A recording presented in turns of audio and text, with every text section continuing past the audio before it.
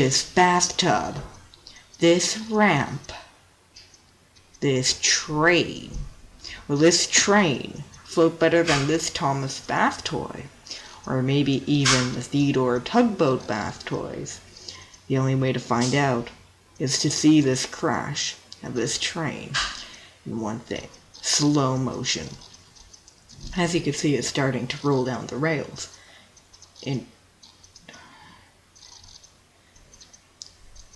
First car plunges in, the train stays attached, and most of the cargo stays inside.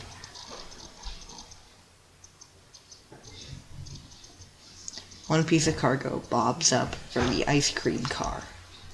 All the others remain sitting on the bottom of the bathtub.